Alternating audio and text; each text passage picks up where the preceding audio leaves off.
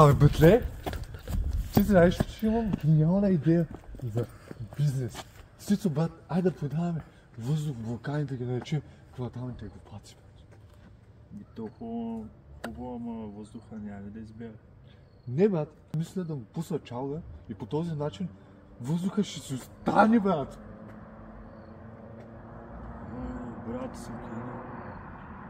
Ама аз само мога да попълня буркани с уста и да издишам и да затварям. Само преди той, само да не си ял, че съм преди той, защото една котка, като го помня, се е умря.